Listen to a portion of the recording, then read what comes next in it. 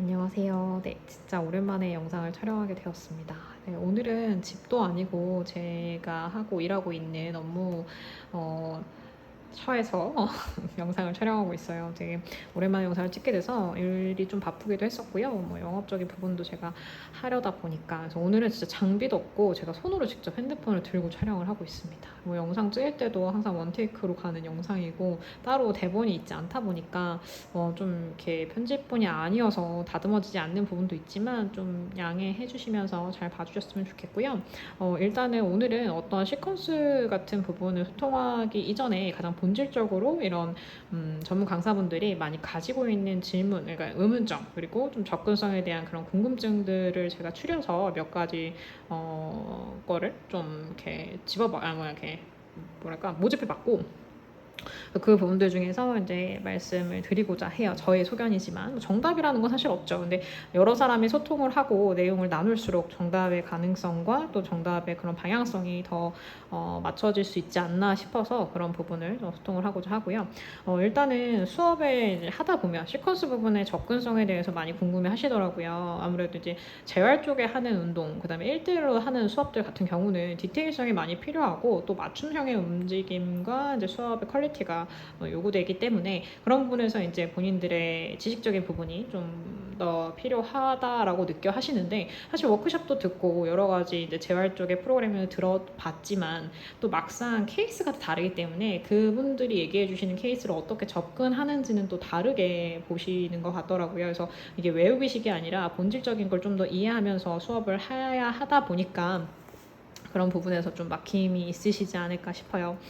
그래서 설명을 저의 소견대로 좀 드려보면 발목 안정성에 관한 운동법을 여쭤보시는 또 그런 것도 많이 있었어요. 요즘에 발목이 많이 삐거나 그러니까 염좌가 잦은 발생이 되시는 분들, 그다음에 또 이로 인해서 걸음걸이에 불편감을 좀 느낀다고 하시는 분들의 회원분들도 많아지셨고 이제는 뭐 힐 수준이 아니에요. 그냥 운동화를 신어도 어떤 운동화를 맞춰 신어야 될지 아무리 맞춤을 신어도 그 걸음걸이가 불편하다는 분들이 많더라고요. 근데 사실 이 발목의 안정성이라는 거는 이것도 인지 부분의 문제이거든요. 그래서 우리가 발목을 제가 예전에 그 영상 중에서 발에 대한 인지를 소통한 영상이 있어요. 그 부분에 뒤꿈치 부분과 앞볼의 부분, 그러니까 지지면과 그다음에 미는 그 푸시하는 힘에 대한 인지가 되어야 된다는 건데 이걸 좀 더 디테일하게 접근을 해보면 바 같은 움직임들이 좀 더 필요해요. 바라고 하는 건 이제 캐딜락에 있는 푸시스루 바가 있을 것 같고요. 또 지금 레더가 있지만 저 레더에 있는 바도 사실 거기에 해당될 것 같아요.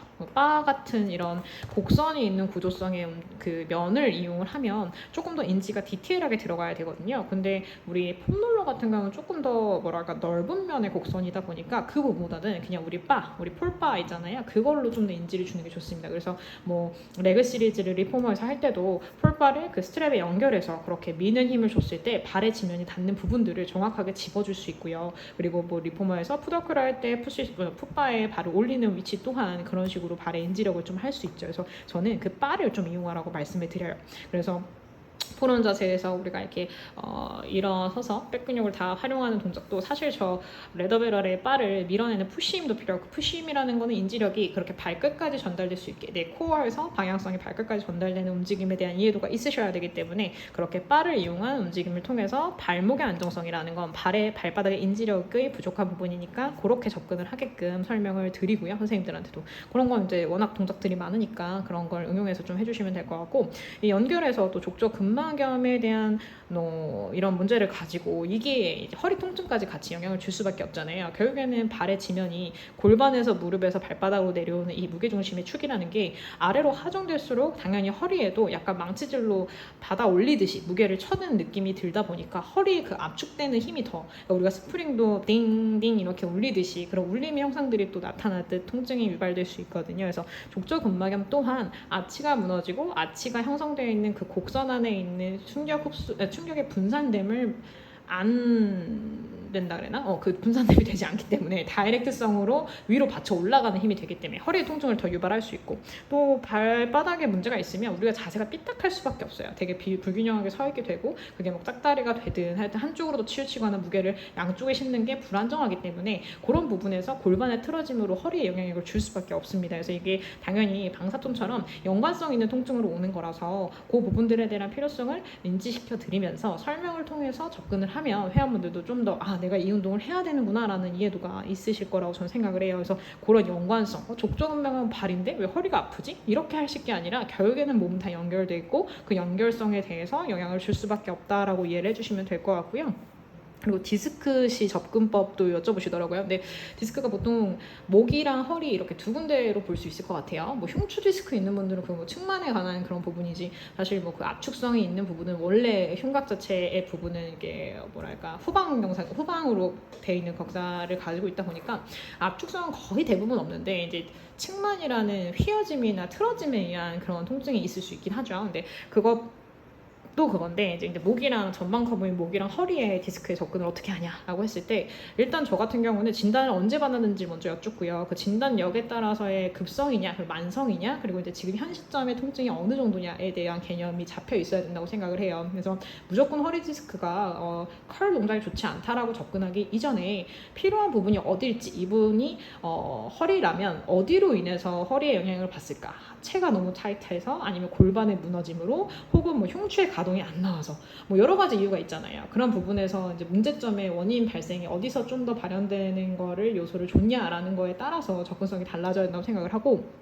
그래서 허리 쪽을 했을 때는 아무래도 이제 가장 접근성이 좋은 골반 쪽이나 뭐 하체의 타이트함의 강도라든지 스트레칭의 강도가 어느 정도 들어가야 되는지, 고관절의 열림이나 닫힘이 어느 정도인지, 이런 가동에 대한 인지가 보여지면, 그래서 이제 또 다른 데 위치를 찾아요. 이게 협착증일지 뭐 아니면 급성일지 뭐 핵이 나온 건지 이런 것도 봐야 되겠지만, 어찌됐건 케이스가 물어봐야 될 게 많아요. 과거력이라든지 진단력에 대해서. 그래서 그런 부분에 따라서 좀 접근성이 다를 수 있긴 해요. 그래서 무조건 컬이 안 좋다고 생각하지 마시고, 제가 생각하는 허리 디스크의 가장 이점은 그 기준대라고 할까요? 기립성의 힘 있잖아요. 그게 뭐 기립근이라고 볼 수도 있겠지만 그 공간을 확보해 주는 게 중요해요. 근데 이게 컬로스 이완성으로 후방으로 빠지는 공간 확보가 아니라 위로 세워주는 공간 확보가 좀 필요하다고 생각을 합니다. 그래서 스트레스로 좀 세우는 동작들이 좀 필요하다고 보고, 그 세우는 동작들이 어떤 동작도 마찬가지일 것 같아요. 그게 프론이든 수파인이든 뭐 시팅이든 닐링이든 뭐든 간에 그런 세우는 동작에서 내가 계속 위로 세워지는 그런 느낌의 움직임들이 좀 필요하다. 그래서 그 공간을 좀 확보해주고 거기에 기준되는 힘들을 좀 더 강화시켜줘야지만 이 허리 디스크를 좀 보조해주는 움직임들이지 않을까라고 저는 생각해서 그렇게 접근을 하고요. 그래서 뭐 사실 필요하시잖아요. 그리고 너무 급성이고 인지력이 아예 떨어져서 허리가 자꾸 막 더 불안정해요. 막 휘청여요. 그러면 아예 그냥 수파인으로 눕히고 배를 그냥 바닥에 묻혀놓고, 그다음에 이 둘레통의 힘을, 복압을 계속 상승시켜주는, 복압의 힘을 계속 키워주는 움직임들을 먼저 작용을 해드리고 있습니다. 그리고 목 디스크 같은 경우는 저의 생각으로는 그 시선 처리의 인지력이 정확하지 않으신 분들이 목 디스크에 많이 되시는 것 같아요. 사실 우리 시선이라는 게 의식을 하면 우리도 그렇게 가까이 모집해서 보진 않아요. 근데 뭔가 집중을 하게 되면 사람이 이게 몰입감 때문에 그 부분으로 초점을 맞춰서 더 쏠림 현상이 일어나고, 그로 인해서 이제 목의 경추의 정렬이 무너지는 상황이 되는데, 동작을 시켜봐도 아시겠지만 시선 처리의 마무리 끝점이 정확하지 않으면 경추의 위치를 맞추기가 쉽지가 않아요. 그래서 선생님도 수업하는 거 제가 가끔 보거나 하면 그 부분을 조금 놓치시는 경우가 있대요. 왜냐면 지금은 복부의 강화를 하기 위해서 코어를 더 인지하고 있는데 내발기기 자세에서 목이 막 떨어지고 시선 처리를 못하고 있어. 그 상황에서 계속 배에만 집중하고 있는 거야. 그러니까 시선을 볼 때 전체적인 걸 다 보는 것도 필요한데, 선생님들의 시선이. 근데 그런 부분에서 좀 더 놓치는 부분들이 있지 않나. 그래서 저는 목 디스크는 시선으로만으로도 뭐 헤드너드의 동작도 있을 것이고, 시선 처리의 움직임으로써 또 줍니다. 좌우도 마찬가지고요. 그 체스트 이렇게 오픈하는 동작 있잖아요. 그래서 리포머에서 릴링으로 그 동작에서 이제 목의 스트레칭 용도로 우측과 좌측을 보는데, 그것도 대칭적으로 시선 처리가 그대로 들어가야 되는데 시선 처리를 애매하게 하시는 분들이 있어요. 턱을 들면서 가거나 그 수평의 유지성에 대한 인지를 못 하시는 분들은 제가 봤을 때 시신경에 대한 부분에 조금 뭐랄까 인지력 인지력이 예민하지 않은 디테일이 좀 떨어지는 부분들이라서 그런 시선 처리에 대한 거를 많이 집어주시면 좋고 정확한 점을 수치적으로 표현해 주시는 게 좀 더 좋습니다. 동작을 할 때. 그래서 그런 컬 동작에 있는 곡선 표현도 시선부터 진행하는 걸 꼭 얘기를 이렇게 티칭할 때 큐잉으로 해주시면 좋을 것 같고요. 그래서 그렇게 디스크는 그런 식의 접근. 걸축 제가 느끼기엔 그 안에서 거의 다 보여지는 동작들일 것 같아요.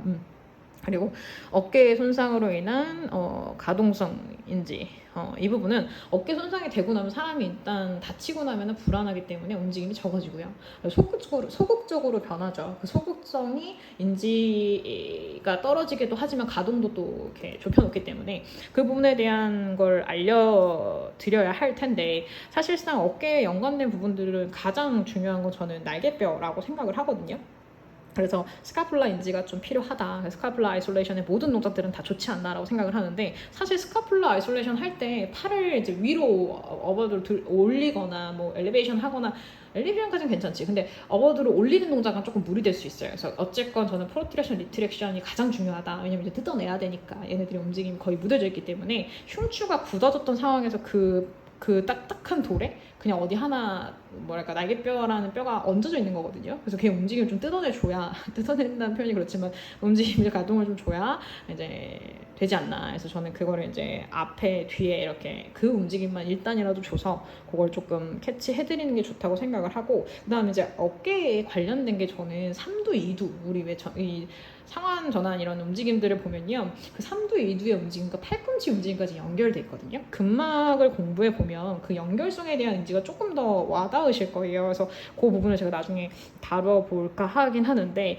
그런 부분들 그래서 팔꿈치 인지가 되는지를 좀 보셔야 돼요. 그래서 팔을 밴딩할 때 그게 뭐 푸시업 동작도 있을 것이고 푸시스루 바로 우리 아이솔레이션 할 때도 마찬가지지만 팔꿈치의 각을 좀 잘 잡아주셔야 돼요. 그래서 이게 벗어나지지 않게 우리가 그냥 단순하게 다리를 폈다 접었다 할 때 무릎이 밖으로 나가거나 외회전 내회전 되거나 각도가 대각선으로 만약에 접혀지면 잘못됐다라고 생각을 하지만 팔꿈치도 그렇게 생각을 하셔야 되거든요. 그래서 그 부분까지 좀 잡아야 어깨에 대한 가동의 인지가 조금 더 상승되실 수 있다라고 접근을 좀 하시면 좋지 않을까 싶고 그다음에 흉추 인지 안 되는 분들 있잖아요. 그 컬 자체가 안 돼서 허리를 써서 그냥 컬을 표현하시는 분들이 많죠. 그래서 이 부분은 저는 큰 긴 바 이거 윙이라고 하는데 자이로토닉에서는 이제 흉추 가동의 움직임이 많다 보니까 그런 윙이라는 기구를 통해서 우리가 풀바보다 한 곱하기 2배? 한 2.5배 되는 길이로서 이 바를 잡는데 그 바를 그냥 액션으로 잡는 척만 해도 사실 흉추 가동이 좀 나오거든요.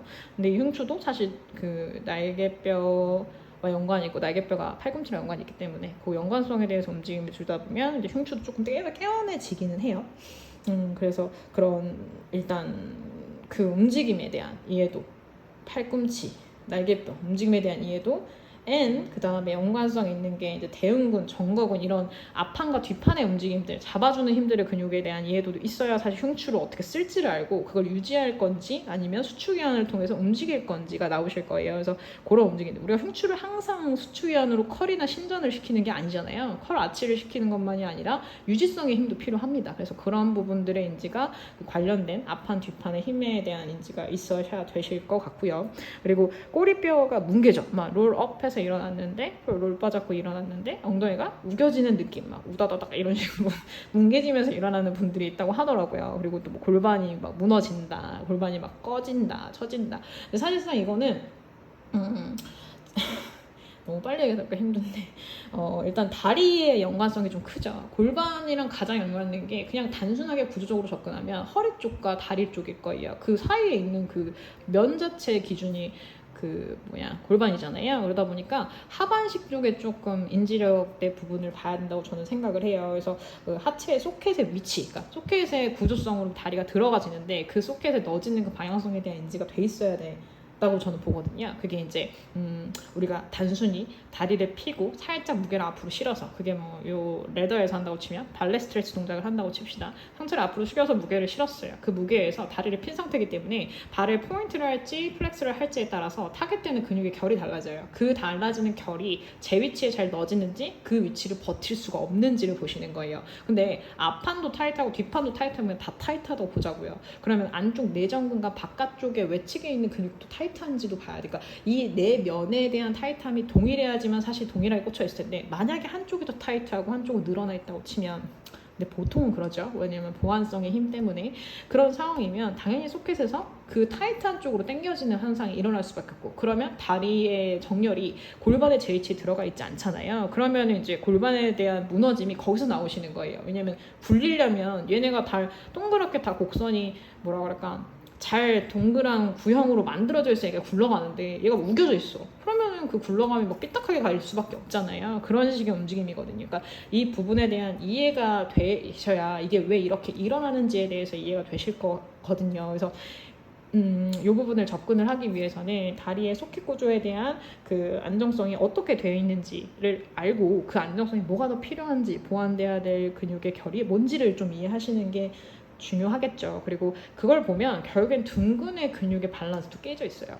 왜냐하면 이제 소둔근, 중둔근, 대둔근 이렇게 부위가 부분적으로 나눠져 있는, 물론 겹치는 부분이 있지만 그 근육들이 제대로 뭐라 그럴까, 보완성 있게 각자 어느 정도 퍼센트가 어떻게 됐든 적당히 30, 30, 30%로 발달하면 좋은데, 어디는 막 한 70, 어디는 한 10, 어디는 뭐 제로, 이런 경우도 있고요. 그러니까 그런 밸런스에 깨지면 사실상 결국에는 이게 대퇴의 안정성이, 그러니까 골반과 대퇴 연결되는 이 안정성이 떨어지는 상황이죠. 그래서 그런 고관절의 인지, 뭐 그다음에 소켓 구조에 대한 인지, 이런 게 안 돼 있는 경우가 골반이 무너지는 경우가 많아요. 사실 그건 허리보다는 하체 쪽에 영향이 조금 더 있다고 저는 생각을 합니다. 그래서 그런 부분들을 좀 잡고 난 다음에 골반을 좀 더 세우는 느낌을 인지시켜 드리면 좀 더 빨리 오시더라고요. 그래서 뭐 이렇게 저희 소견을 간단하게 얘기 드리고, 이에 따른 시퀀스가 뭐가 있을지는 너무나 다양하죠. 근데 사실 본질을 이해해야 그 시퀀스를 뭐로 이렇게 껴맞출지를 이해하시는 거잖아요. 그래서 그런 부분들을 접근을 어떻게 할지를 좀 더 크게 보시는 게 루즈해지지 않고 좀 더 나만의 스타일로의 수업을 하실 수 있다라고 저는 생각을 합니다. 그래서 뭐 이런 식으로 이런 질문에 대한 저의 소견도 얘기를 나눠보고, 또 나중에는 이 주제를 가지고 조금 더 디테일하게 설명하는 것도 뭐 해보고 하고자 해요. 일단은 이 정도 이상입니다.